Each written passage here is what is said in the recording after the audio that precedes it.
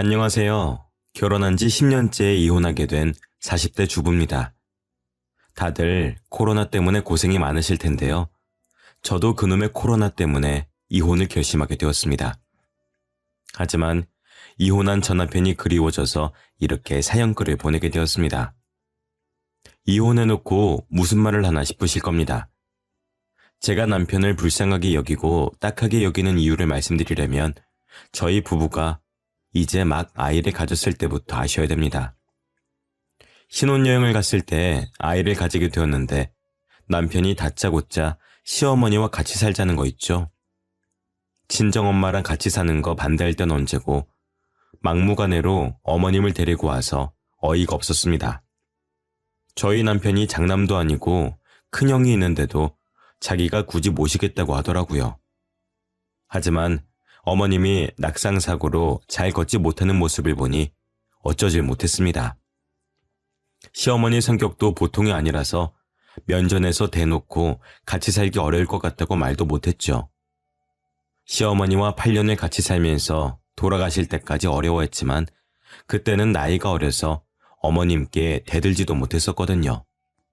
아들 하나를 키우면서 또 어머님도 돌봐드리며 힘겹게 살아가고 있었는데요. 시어머니 눈치를 보면서 사느라 조금 힘들었지만 남편이 제 편을 들어주니 괜찮았습니다. 하지만 한 번씩 고비가 찾아오더라고요. 어느 날 어머님께서 병문안을 다녀왔다며 치매 이야기를 꺼내시더라고요. 야야, 내가 만약에 치매에 걸리면은 요양원에 집어넣을 거냐? 응? 어렸을 때 친하게 지내던 애가 치매에 걸려서 잠깐 얼굴 보고 오는 길인데 세상에 어떻게 그런 곳에서 지내는지 모르겠더라. 나는 그런데 안 보낼 거지? 그럼요, 어머님. 절대 안 보내야죠. 설마 지금까지 잘 모시고 살고 있는데 어머님 치매 걸렸다고 요양원에 보내겠어요?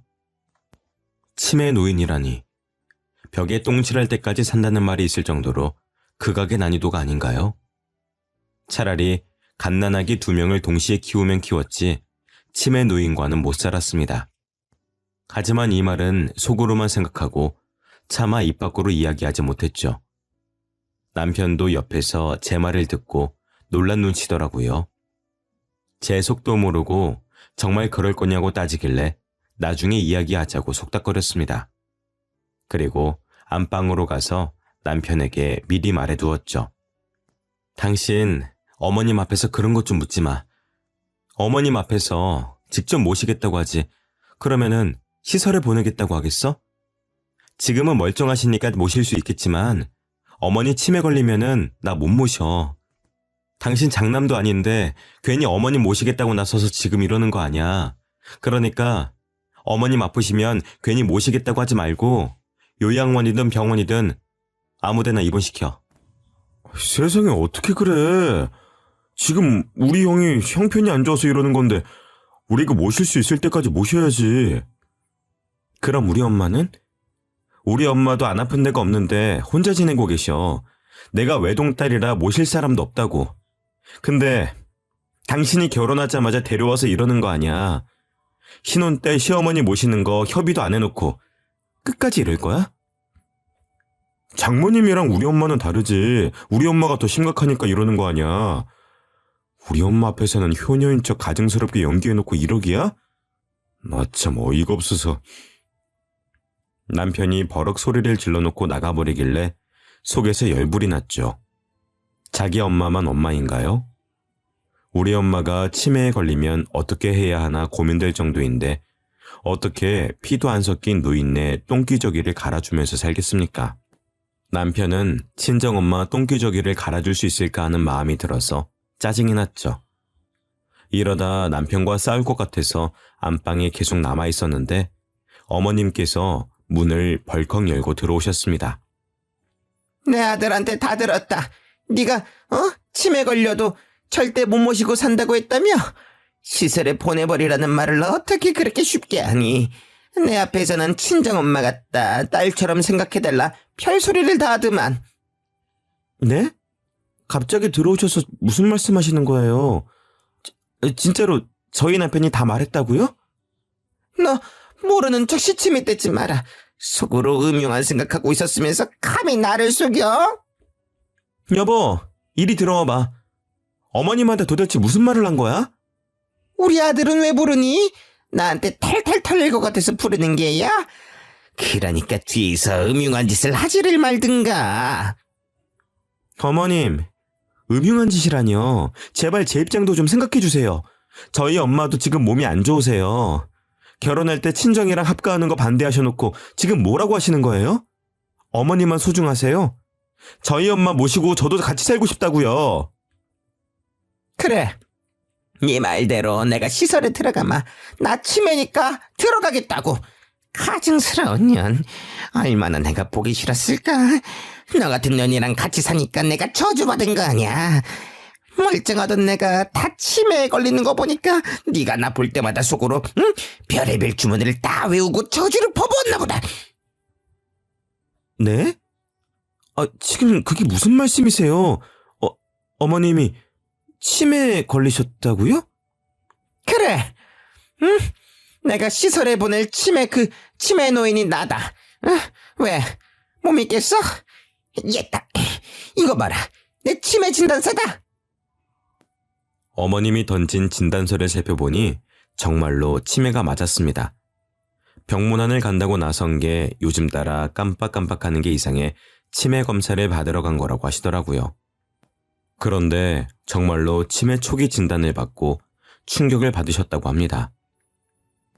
저는 어머님이 치매에 걸린 줄도 모르고 남편에게 한 말인데 남편은 그걸 그대로 일러바친 거였죠. 시어머니의 치매 진단을 남편이 저보다 먼저 알았는지 놀라지도 않더라고요. 둘이서 일부러 제 속마음을 떠보고 테스트한 것이었습니다. 정말 배신감이 느껴졌지만 저는 변명할 수밖에 없었는데요. 저는 진짜로 어머님이 치매에 걸리신 줄 몰랐어요. 저도 사는 게 힘들어서 나온 말인데 설마 진짜로 어머님 시설에 집어넣겠어요? 그러니까 마음 푸세요. 그럴 일 없을 거예요. 이 가증스러운 년, 내가 네 말을 믿을 것 같아? 이래놓고 뒤에서 내 아들 달달 볶으면서 요양원에 보내라고 시키겠지. 어머님, 그럴 일 없다니까요. 왜 제 말을 안 믿어주세요? 됐어, 그만해라. 너 같은 것이랑 말싸움할 생각 없어. 시어머니가 집을 획 나가버리길래 남편을 붙잡고 하소연했습니다. 중간다리 역할을 제대로 해달라고 부탁했지만 남편은 제 말을 들어주지 않았죠. 그날 이후로 남편이랑 시어머니 둘 다 저를 투명인간 취급하더라고요. 어머님의 치매가 심해질수록 저의 가사노동은 엄청나게 힘들어졌지만 아무도 저를 존중해주지 않았습니다. 치매에 걸린 어머님은 제 이름은 잊었어도 제가 한 짓은 기억하고 있더라고요. 저보고 매일 나쁜 년, 우라질 년, 나가 죽을 년 각종 욕을 내뱉었습니다. 그 수모를 다 겪어내면서 8년을 견뎌냈죠. 8년이 지나 어머님을 떠나보냈지만 집안에는 늘 냉랭한 기운이 감돌았습니다. 남편은 저를 용서라도 해준 것처럼 어머님 장례를 치를 때 과거에 있었던 실언은 잊어주겠다고 친히 이야기해 주었죠.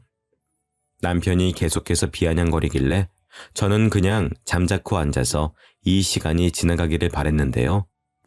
남편과 저는 정말 살얼음판을 걷는 것 같았습니다. 누구 하나 이혼 이야기를 꺼내면 정말로 이혼 절차를 밟을 것 같았죠. 그러다가 저희 남편이 재택근무를 하게 되면서 확실한 위기가 찾아왔습니다. 저희 남편은 땡땡사에 다니고 있는 회사원이었는데 요새 코로나라서 재택근무를 한다고 하더라고요. 처음에는 한 달 정도만 재택근무를 하겠지 싶었는데 코로나가 점점 심해져서 3개월을 넘게 집에서 일하게 되었습니다. 그러면서 남편의 몸이 점점 거대해지고 있었죠. 적어도 10kg에서 15kg는 찐 것 같아서 남편을 힐난했죠. 안 그래도 남편이 미워 죽겠는데 겉모습도 나빠지니까 못 참겠더라고요. 당신 지금 꼴 좀 봐. 재택근무한다고 맨날 집에만 있으니까 돼지가 되어가고 있잖아. 이러다가 100kg 넘어가면 어쩌려고 그래? 당신이 무슨 상관이야. 그동안 남처럼 지내놓고 걱정해주는 척하지 마. 뭐? 남처럼? 어떤 남이 쌍욕하는데 참아주나? 당신 어머니가 나한테 쌍욕을 해도 참았어. 내가 시어머니 친딸처럼 챙겨주고 돌봐준 건 생각도 안 하는 거야? 치매에 걸리면 시설에 잡아넣는다고 말한 사람이 누구였어?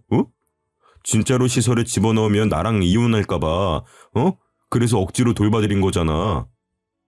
내가 억지로 했다고? 난 정성을 다해서 돌봐드렸어.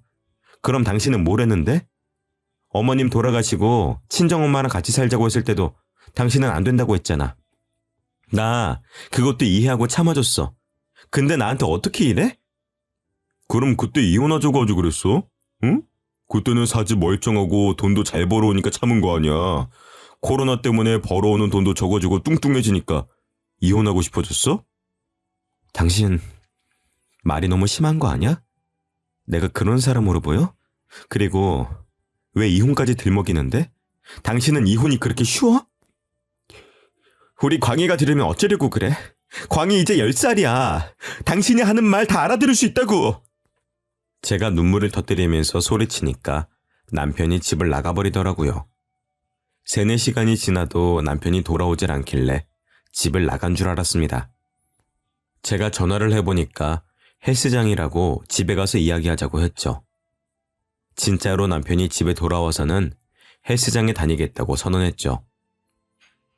찬바람 쐬면서 생각해봤는데 내가 심한 말 한 것 같더라고. 내가 봐도 살 빼야 될 것 같아서 집 앞에 있는 헬스장 등록해놨으니까 걱정하지 마. 최대한 빨리 원래 몸무게로 돌아갈게. 남편이 먼저 화해를 요청하니까 저도 마음이 사르르 녹아버렸습니다. 부부싸움은 칼로 물베기라는 말이 있듯이 늘 이런 식으로 싸우고 화해하니 이혼까지는 안 가는 거였는데요. 하지만 저는 앙금이 남아있었습니다. 제가 희생해서 치매 걸린 어머님 똥기저귀까지 갈아드렸는데 저를 인정해주지 않고 끝까지 배척했으니까요. 남편이라는 호칭의 뜻이 남의 편이라고들 하지 않습니까? 어머님이 난동을 피우며 못된 년, 애미 없는 년, 나를 감히 요양원에 가두려고 했냐고 폭언을 퍼붓는데도 남편은 제 편을 들어주지 않았죠. 늘 어머님 편을 들며 그러니까 옛날에 왜 그런 말을 했냐고 따지고 들었죠. 그 상처가 아직 남아있어서 저는 계속해서 남편을 헐뜯었습니다. 내가 어머님 돌보느라 바빠서 살찌니까 뭘 할 땐 얹고 고작 집에서 회사 일 하면서 살이 그렇게 쪘어? 헬스장 다니면 뭐해? 재택근무 계속하면 살이 다시 찔 텐데? 당신 왜 말을 그렇게 해?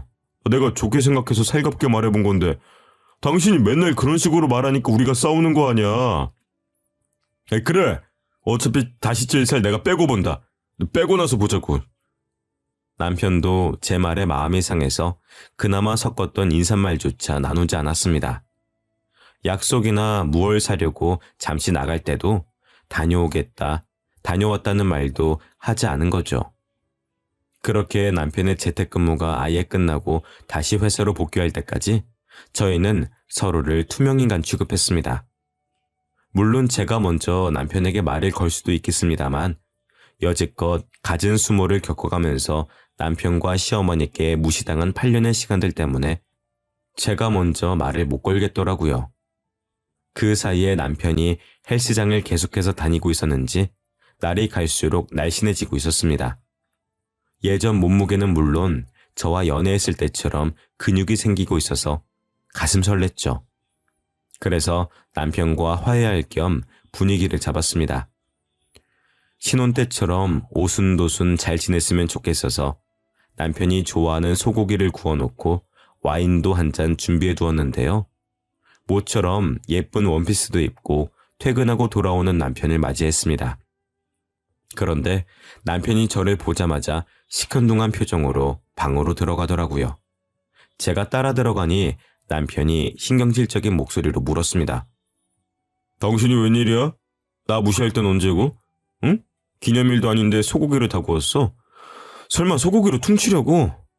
나보고 헬스장 다녀봤자 다시 찔 텐데 뭐하러 다니냐고 폭언 퍼부은 거 기억 안 나? 딱 보니까 내가 살 좀 빼고 몸 좋아지니까 신혼 기분 내고 싶었나 보네? 당신이 살 빼서 이러는 거 아니야. 언제까지 이러고 지낼 순 없잖아. 난 하루라도 빨리 당신이랑 화해하고 싶어서 준비한 건데 왜 그렇게 생각하는 거야? 우리 이혼할 생각도 없으니까 남처럼 지내지 말자. 이혼할 생각이 없다고? 나는 그런 말 한 적 없는데. 언제부터 당신이 내 생각을 읽을 수가 있었어? 나 참 어이가 없어서. 됐어. 피곤해. 씻고 잘 거니까 그렇게 알고 있어. 남편이 저를 밀쳐내고 화장실에 들어가 씻길래 설마 했습니다. 진짜로 씻고 나오더니 제가 차려준 밥상도 안 쳐다보고 자더라고요.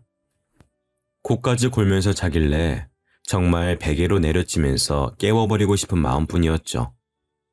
남편이 정말 차갑게 변해버렸다고 생각할 무렵이 그쯤이었습니다.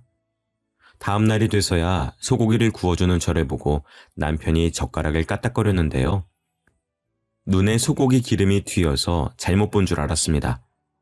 젓가락으로 제 엉덩이와 뱃살을 가리키면서 몸매를 평가하고 있더군요. 당신 운동 좀 해야 되는 거 아니야? 그러다가 살 훅 쪄. 딱 보니까 나이 셀 친 것 같은데 나중에 어떻게 빼려고 그래? 그 아줌마 같아서 나랑 다니면 웃기겠다. 내가 아줌마면 당신은 아저씨지. 왜 남의 이야기하는 것처럼 말해? 아침부터 시비 걸지 말고 얼른 먹고 출근이나 해. 난 일하다가 찐 살이라고 해도 당신은 무슨 고생을 했다고 살이 그렇게 찐 거야? 하루 종일 하는 거라고는 청소기 돌리고 설거지하는 것뿐이잖아. 당신도 젊은 애들처럼 필라테스나 요가 같은 것 좀 배워봐. 설마 몇 개월 전에 살 때문에 뭘 한 것 때문에 그래? 지금 복수하는 거냐고. 나이가 몇 살인데 계속 유치하게 굴래? 그만해. 슬슬 짜증나려고 하니까. 짜증내고 싶으면 짜증내. 평소에는 잘만 내더니 웃기시네. 어제 분위기 잡으려고 용 쓰던데 그걸로 신혼 분위기를 어떻게 내려고 했어? 당신 몸만 보면 40대가 아니라 50대야. 여자처럼 안 느껴진다고. 그 말을 듣는 순간 젓가락을 확 내려놓았습니다. 분노와 함께 눈물이 차올라서 남편 눈도 못 쳐다보고 집을 나와버렸죠. 집 근처 공원으로 나와서 동네 사람들이 보든 말든 펑펑 울었던 것 같습니다. 정신없이 울고 나니까 30분이 흘러 있더라고요. 이쯤 되면 남편이 회사 가고 없을 것 같아서 집으로 올라갔습니다. 집에 가보니 남편이 식탁에 핸드폰을 두고 갔더라고요. 가져다 둘 생각은 추호도 없어서 구석에 던져두려고 핸드폰을 챙겨들었습니다. 그때 충격적인 장면을 목격했죠. 남편이 무음으로 맞춰뒀는지 핸드폰 알람 소리도 없이 문자가 한 통 왔는데요. 순식간에 사라졌지만 딱 봐도 여자와 나눈 메시지였습니다. 오빠 출근했어? 오늘 운동하러 올 거지. 야근하게 되면 말해줘. 같이 단백질 챙겨 먹고 운동하자. 자기 오늘도 화이팅. 사랑해. 이 문자를 본 순간 남편이 바람을 피느라 저에게 차가워진 거라는 생각이 들었습니다. 그래서 남편이 올 때까지 기다렸죠. 제 예상대로 남편이 오자마자 핸드폰을 찾더니 제 눈치를 보더라고요. 저는 모르는 척 집안일을 하다가 남편의 비밀번호 패턴을 알아냈습니다. 남편이 자는 사이 몰래 알아놓은 패턴으로 핸드폰 잠금 장치를 열어보았죠. 문자가 지워지지 않고 아직 남아있길래 제 핸드폰으로 찍어두었습니다. 제가 본 문자 말고도 헬스 트레이너와 수많은 문자를 나눴더라고요. 헬스장을 처음 다닐 때부터 연애하는 것처럼 알콩달콩 이야기를 나누었다는 사실을 알고 충격을 먹었습니다. 최근에는 본격적으로 저를 속이고 데이트를 하거나 당일치기 여행을 간 날도 있었는데요. 그 문자들을 본 순간 운동하러 가는 남편을 따라 나서야겠다는 결심이 들었죠. 그래서 바로 다음 날 남편 회사 근처에 숨어있게 된 거였습니다. 남편이 퇴근하고 회사에서 나와 헬스장으로 가는 것 같길래 저도 따라갔죠. 남편이 당연히 헬스장으로 갈 줄 알았는데 웬 주택가로 들어서더라고요. 설마 그동안 헬스장이 아니라 불륜녀의 집으로 들어간 것이 아닐까 하는 예감이 들었습니다. 역시 제 예감이 맞더라고요. 남편이 익숙하게 오피스텔로 들어가 불륜녀 집 비밀번호를 누르더니 현관문을 열고 있었습니다. 당연히 그 안에서 불륜녀가 튀어나와 남편에게 안기었죠. 저는 그 모습을 보자마자 바로 달려가 불륜녀의 뺨을 내려쳤습니다. 남편이 화들짝 놀라 저를 보더니 대뜸 소리를 질러댔죠. 당신이 왜 여기 있어? 지금 설마 날 미행한 거야? 완전 미친 애 팬네 아니야. 아무리 가족이라도 그렇지. 이거 범죄인 거 알지? 스토킹에 폭행죄까지. 어? 야, 우리 지훈이가 때릴 데가 어디 있다고 때려. 당신 거기 딱 있어. 경찰에 신고할 테니까. 뭐? 신고? 당신 돌았어? 나 몰래 바람핀 것도 모자라 신고를 해? 그것도 불륜녀 편을 들면서? 그래, 신고해. 경찰 올 때까지 너 죽고 나 죽자. 누가 이기는지 보자고. 제가 불륜녀 머리채는 물론 남편의 머리채까지 잡으려고 하니까 남편이 난동을 피우며 저를 밀어냈습니다. 아이씨, 이 옆에 내가 진짜. 당신이 뚱뚱해서 이러는 거 아니야. 우리 지훈이를 봐. 얼마나 날씬하고 예뻐? 근데 당신은 곧 있으면은 아줌마를 뛰어넘어서 할머니가 되게 생겼네? 거울은 보고 다니는 거야? 어? 왜 이렇게 막말하는 건데? 생각이란 걸 하고 있긴 해? 진짜 나랑 이혼하려고 이러는 거야? 우리 광희를 생각하라고. 당신 원래 이런 사람 아니잖아. 이 여자한테 홀려서 이렇게 된 거잖아. 내가 이번 한 번만 봐줄게. 그러니까 우리 돌아가자. 응? 내가 왜? 이 손 놔. 우리 엄마 치매 노인이라고 매일 눈치 주고 집안에서 편하게 못 있게 할 때는 얹고 피해자인 척하는 거야. 다른 여자들은 아무 말 안 하고 시댁살이나 잘한다고 하던데, 응? 당신은 뭐가 그렇게 잘나서 틈만 나면 나한테 뭐라고 하고 시비 걸고 그러냐고. 너 잘난 거 하나도 없잖아. 예쁘기를 해, 날씬하기를 해? 둘 다 부족하면 성격이라도 좋든가. 제가 간절하게 매달리는데도 남편이 제 손을 뿌리치면서 저에 대한 비하 발언을 내뱉더라고요. 기다렸다는 듯이 줄줄이 저에게 욕을 해대는데 정말로 오랫동안 생각해온 진심 같아 보였습니다. 남편이 저 몰래 이런 생각을 하고 있다니. 남편의 손이 제 손이 아닌 제 뺨을 후려치는 기분이 들었죠. 갑자기 몰려오는 배신감에 못 이겨 저도 남편에게 이혼 이야기를 하고 말았습니다. 아, 그러셨어? 당신만 힘들고 불편했다 이거지? 정작 치매 놓인 똥기저귀 갈아주고 욕짓거리 다 듣고 산 나는 오죽했겠어? 그래, 8년간의 고생도 이해 못해준 사람이랑 어떻게 살겠니? 당신 나랑 이혼하고 싶어서 이러는 거지? 이혼하자. 지금 당장 이혼하자고. 바라던 바야. 이혼 도장 바로 찍어. 당신이랑 어떻게든 이혼하고 싶었는데 드디어 이혼하게 됐네. 대놓고 바람핀 주제에 내가 그냥 이혼해 줄 것 같아? 불륜 증거 다 모아뒀어. 내가 이혼 소송 걸 테니까 위자료랑 우리 광희 양육비나 준비해. 남편이 이쯤 되면 제게 빌빌거리며 다시 생각해보자고 할 줄 알았습니다. 그런데 콧방귀를 뀌고 불륜녀와 함께 집 안으로 들어가 버리고 말더라고요. 차마 초인종을 누르며 당장 나오라고 이혼하자는 말 취소하라고 할 순 없었습니다. 그저 불륜녀가 사는 집 앞에 주저앉아 눈물만 흘리고 있었죠. 다 울고 나니 혹시나 남편이 돌아오진 않을까 기대했습니다.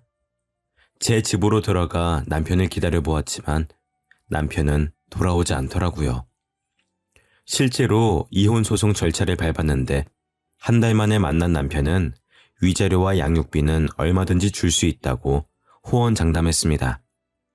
억울한 마음에 높은 금액을 불러 합의하려고 했지만 남편이 불륜녀 자랑을 하면서 진짜로 그 돈을 준다고 하더라고요. 그래서 제가 무슨 돈이 생겨서 이렇게 이혼하려고 하냐고 물었습니다.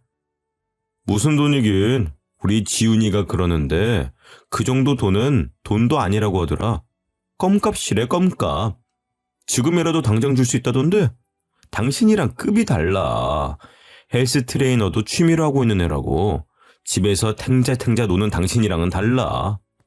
당신이 찾아온 그 오피스텔 건물도 우리 지훈이 거야.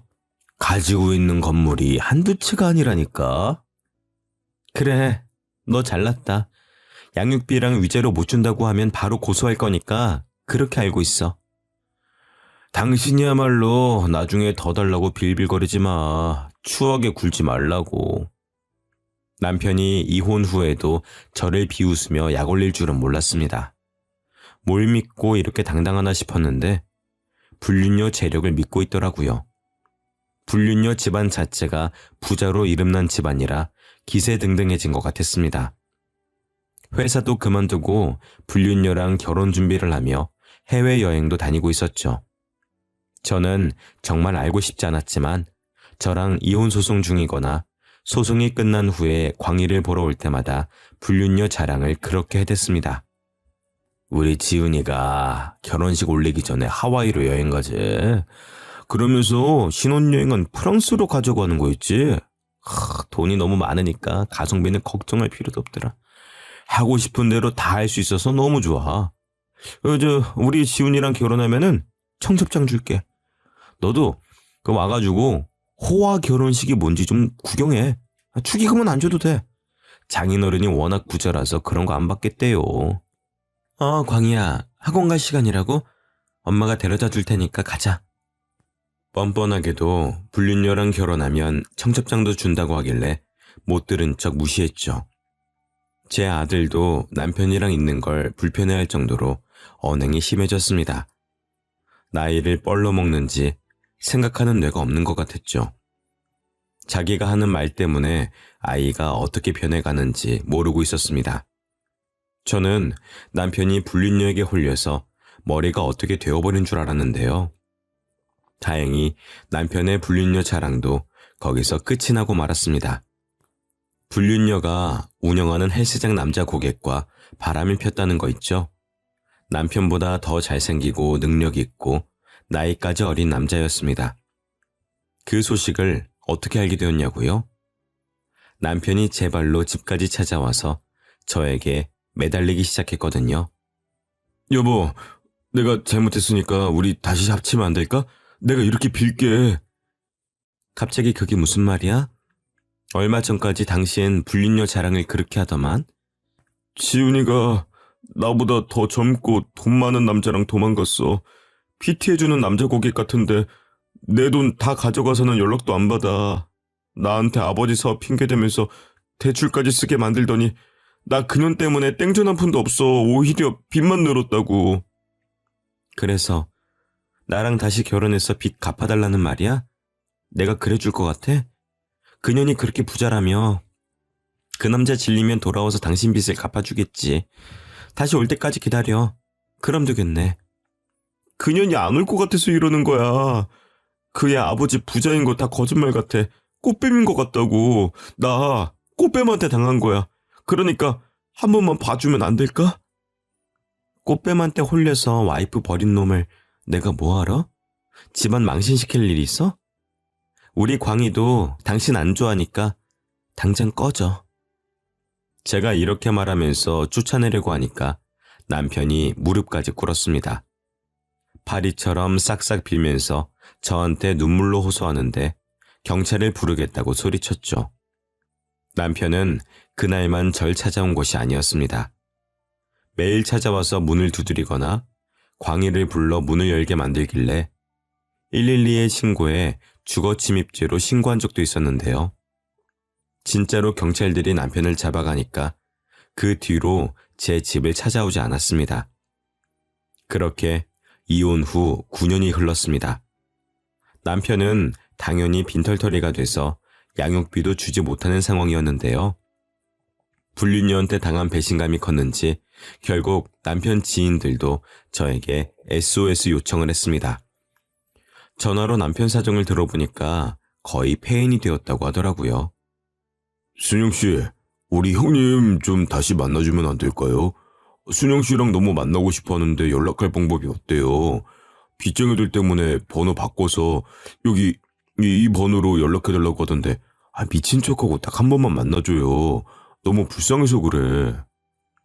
남편 지인이 문자로 전화번호를 전달해 주길래 일단 알겠다고 했습니다. 그동안 무려 9년이라는 시간이 흘러가서 이제 모든 게 덤덤해졌죠. 남편만큼은 아니지만 과거에 제가 잘못한 것들도 생각나서 조금은 후회가 됐습니다. 그때 그런 인신공격을 하지 말고 차분하게 잘 말해볼 걸 하는 그런 반성을 가끔씩 하고 있었거든요. 이런 후회는 둘째치고 남편이 지금은 어떻게 지내고 있는지 궁금하기도 했습니다. 그래서 남편 지인이 준 전화번호로 전화를 걸어보았죠. 제가 여보세요라는 말과 함께 나 순영이야 라고 말하니까 잠시 침묵이 흘렀습니다. 침묵을 깬 사람은 남편이었죠. 순영아, 오랜만이다. 제철이한테는 내 이야기 들었어? 너한테 더 하고 싶은 이야기가 있는데 잠깐만 얼굴 좀 볼 수 있을까? 오랜만에 밥 한 끼 하자. 우리가 만나서 할 이야기가 있을까? 너는 없을지 몰라도 나는 있어. 광희도 보고 싶고. 나도 양육비 주려고 노력할 테니까 한 번만 기회 주라. 남편이 이렇게까지 간곡하게 나오는데 어쩌겠나요? 남편이 만나자는 약속을 잡으려고 하길래 알겠다고 했습니다. 내일 오후 5시 제 집 근처에서 만나자고 하길래 한숨도 못 잤습니다. 불편한 자리가 될 것 같아서 긴장이 되더라고요. 그렇게 다음날 오후 5시가 되어 집 근처 카페로 가니 남편이 먼저 앉아 있었습니다. 정말 몰라보겠더라고요. 제가 살쪘다고 구박했을 때보다 더 쪄서는 100kg은 되어 보였습니다. 처음에 긴가민가해서 조심스럽게 자리에 앉으니 남편이 멋쩍게 웃어 보이며 말했습니다. 너무 변해서 못 알아보겠지. 잘 보일 사람도 없고 일하고 퇴근하고 술 한잔하면서 살다 보니까 이렇게 됐어. 일은 하고 있었던 거야? 제철 씨한테 다 들었어. 거의 폐인처럼 살고 있다며. 집에 틀어박혀서 술만 먹고 사는 거 아니지? 일은 하고 있어. 그냥 음식 배달 업체에서 일하고 있는데 벌이가 안 좋네. 배달 일을 한다고? 재혼한다고 회사 그만둔 뒤로 다시 취직 안 한 거야? 다시 취직했는데 해고당해서 1년 전부터 배달하고 있었어. 오토바이도 탈 줄 모르면서 무슨 배달을 한다고 그래? 요즘 비도 많이 오고 오토바이 사고 많이 나던데 당신도 조심해. 제가 사고 걱정을 하기 무섭게 남편이 긴 바지를 걷어올려 다친 상처를 보여주었습니다. 딱 봐도 아스팔트 바닥을 그대로 긁은 듯 험악한 상처가 무릎에 나 있더라고요. 병원에 갈 만큼 심각한 상처인데 응급처치를 안 하고 참고 산 것 같았습니다. 제가 그 상처를 보고 놀라니까 남편이 아무렇지 않은 척 어깨를 으쓱거렸죠. 안 그래도 오토바이 타다가 넘어져서 이렇게 상처 나는데 뭘. 며칠 지나면 괜찮아질 거야. 이러지 말고 나랑 같이 병원 가자. 엄청 아플 것 같은데 어떻게 이러고 살았어? 아니야, 우리 광희 양육비 줄 돈도 없는데 무슨 병원이야. 침 바르면 다 나아. 내가 병원비 내줄게. 그러니까 가자. 응? 병원비 말고 나랑 밥 먹어주면 안 될까? 당신이랑 술 한잔하면서 그동안 어떻게 지냈는지 듣고 싶은데. 광희는 잘 지내? 갑자기 보자고 하면 싫어하려나? 광희한테 한번 물어볼게. 광희 요즘 사춘기라서 예민하거든. 당신 만난다는 말 할진 모르겠다. 그렇구나. 역시 나 만나기 싫어하겠지? 나 같아도 안 만날 것 같긴 하다. 남편의 이런 모습을 보니 측은한 마음이 들더라고요. 저는 남편과 이혼하고 필라테스를 배워서 제 집 근처에 필라테스 센터도 세우게 되었습니다. 이제 자리 잡아서 돈도 여유 있게 벌고 20대 때보다 더 멋져졌다는 소리도 듣는걸요. 그만큼 몸매도 탄력이 있어졌는데 남편은 저랑 반대가 되어가는 것 같았습니다. 제 아들 광희조차 전교 1등을 연이어 기록하며 담임 선생님들조차 서울대를 목표로 하자는 이야기가 나오고 있는데 남편은 날이 갈수록 불쌍하게 사는 것 같아서 눈물이 날 뻔했죠. 행여나 눈물을 흘릴까 억지로 웃어 보이며 남편을 얼른 일으켜 세웠습니다. 그래, 당신 말대로 밥부터 먹자. 우리 소고기에 술 한잔 하자. 내가 쏠게. 소고기는 무슨 소고기야. 삼겹살 먹자. 당신 소고기 좋아하잖아. 입맛 바뀌었어. 오랫동안 소고기 안 먹으니까 냄새나고 뻣뻣하게 싫더라. 돼지고기는 많이 먹을 수 있으니까 그거 먹으러 가자고. 소고기 많이 시켜. 그 정도는 사줄 수 있어. 제가 호의적으로 나오니까 남편 얼굴이 눈에 띄게 밝아지더라고요. 아무리 미워도 우리 광희 아버지니까 먹고 싶은 만큼 다 사주려고 했습니다. 그날 허심탄회하게 이야기하며 실컷 먹고 마시다가 늦은 시간에 헤어졌죠. 정말 그날이 마지막인 줄도 모르고 나눈 식사와 대화였던 것이죠. 그러다 몇 달 뒤에 모르는 번호로 전화가 걸려온 것이었습니다. 전화를 받아보니 제가 사는 곳에서 한참 떨어진 땡땡병원이라고 하더라고요. 석준 씨 아내 되십니까? 여기 땡땡병원입니다. 석준 씨가 갑자기 사고를 당하셔서 연락드립니다. 네? 저 이혼해서 호적상 아내는 아닌데 무슨 사고 때문에 그러시나요? 이석준 씨가 오토바이 사고로 현재 응급실에 있습니다. 전화번호부에 아내라고 저장되어 있어서 이쪽으로 연락드렸습니다. 배달 일 하시다가 빗길에 큰 사고가 나서 바로 수술 들어가야 되는데요. 보호자분 서명이 필요합니다. 알고 보니 남편이 저를 사랑하는 아내라고 저장해 두었던 것이었습니다. 그래서 응급실 간호사가 남편 휴대폰을 뒤져보다가 사랑하는 아내에게 제일 먼저 전화를 걸었던 거죠. 나랑 다시 이어지고 싶은 마음에 몰래 아내라고 저장해 놓은 걸까 싶어서 마음이 먹먹해지고 말았습니다. 그 말을 듣는 순간 남편에 대한 미움보다는 안타까움이 더해졌으니까요. 제 폰에 저장되어 있던 시댁 식구들에게 연락하면서 얼른 병원에 달려가 보았는데요. 땡땡병원 응급실에 도착하자마자 멀리서 CPR을 하고 있는 의사가 보였습니다. 가까이 가보니 오토바이 헬멧이 보였고 간호사들이 움직이면서 가려져 있던 전 남편의 얼굴이 보였죠. 전 남편의 얼굴을 확인한 지 몇 분이 채 지나지 않아 심정지 소리가 들렸습니다. 삐 하는 소리와 함께 남편이 세상을 떠났고 이혼한 사이였지만 왠지 모르게 눈에서 눈물이 주르륵 흘러내렸죠. 옛정과 저를 아내라고 저장해둔 남편의 마음이 느껴져서 눈물을 흘리다 못해 통곡을 하고 말았는데요. 시댁 식구들이 그제야 도착해서는 저를 꼭 안아주더라고요. 정신을 차리고 안아준 이의 얼굴을 보니 남편의 여동생이 절 끌어안고 있었습니다. 허니, 울지 마. 나 누군지 알아보겠어? 나 석준이 오빠 여동생 석희잖아. 진짜 오랜만이다. 오빠 죽고 나서 이렇게 보게 되네. 내가 정말 미안해. 오빠가 여자한테 홀려서 큰 죄를 졌어. 석희야, 나 어쩌면 좋아. 바람 펴서 다른 여자랑 도망간 놈 뭐가 좋다고 이렇게 눈물이 나오는지 모르겠어. 안 죽었으면 좋았을 텐데 끝까지 나쁜 놈으로 남지. 뭐가 급하다고. 제가 오열하면서 땅을 치니까 신우이가 같이 눈물을 흘려주었습니다.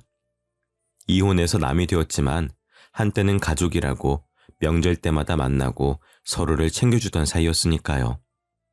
이렇게 헤어져서는 안 될 것 같더라고요. 그래서 남편 장례도 제가 챙기고 상주 노릇도 제가 했습니다. 그렇게 남편을 떠나보내고 어느덧 3년이 지났습니다. 시간이 참 빠른 것 같습니다. 시댁 식구들이랑은 지금도 연락하며 지내면서 가족처럼 만나고 있는데요.